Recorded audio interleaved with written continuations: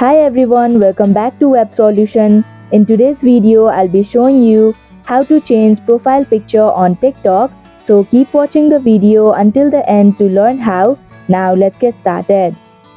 First of all, open up your TikTok app. Click on the profile option in the bottom right corner. Then tap on Edit Profile option. Now click on Change Photo. You can either take a photo instantly and change it or select one from gallery.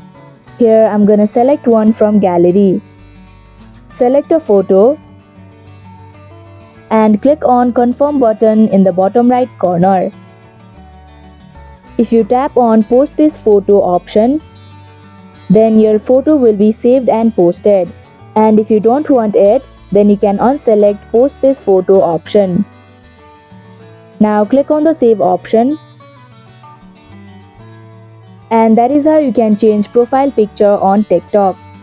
I hope this video was helpful to you. If it was, please give us a thumbs up. If you have any questions or feedback, please leave a comment in the section below. Do not forget to subscribe to our channel for more updates and click the bell icon to receive notifications whenever we post a new video. We'll be back soon with a new video. Thank you for watching.